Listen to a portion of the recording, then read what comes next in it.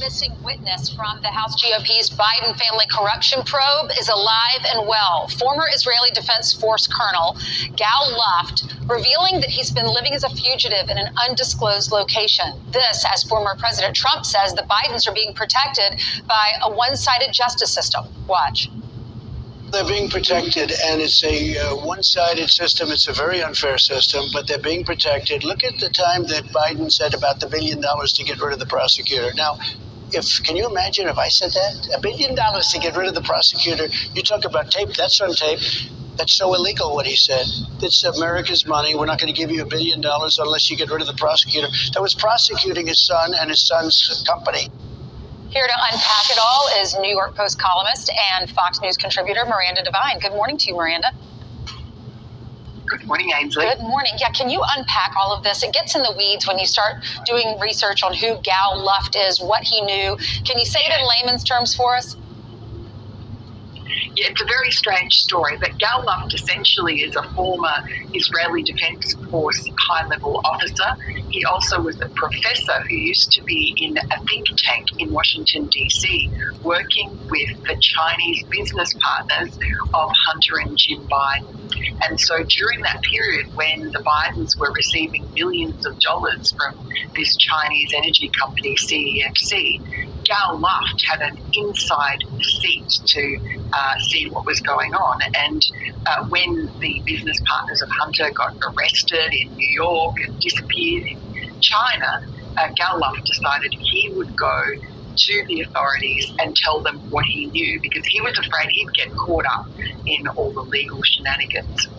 So he met with 4 FBI agents and 2 Department of Justice prosecutors in Brussels in March of 2019 over 2 days for, I think, 16 hours. And he told them that he knew that Hunter and Jim Biden had received millions of dollars in payments from this Chinese company.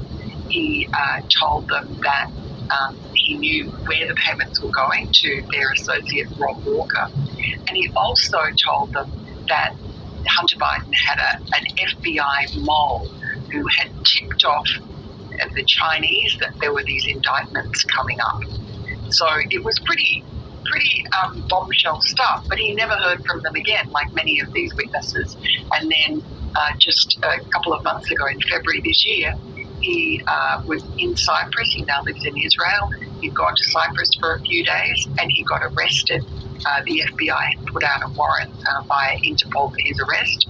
He was in jail, denied bail. When he got bail, he basically escaped, and people thought he might have been dead, but he contacted me and said, rumors of my death are greatly exaggerated.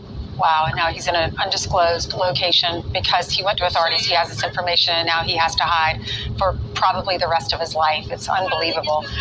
Maybe this is what the FBI is talking about. They don't want to give over that document to Comer because they said it could jeopardize an ongoing investigation or it could affect people's lives. Pretty scary. Thank you so much, Miranda.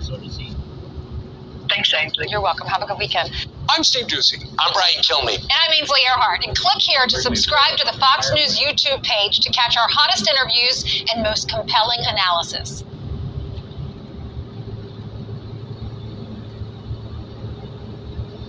Madam President, I call up my amendment number 102 and ask that it be reported by number. The clerk will report by number. Senator from Louisiana, Mr. Kennedy, proposes an amendment number 102. And on this amendment, there is 6 minutes equally divided. Madam President. Senator from Louisiana is recognized. Thank you, Madam President. Madam President, this is the last amendment of the evening.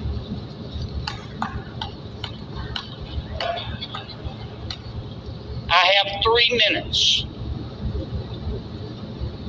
I can read a room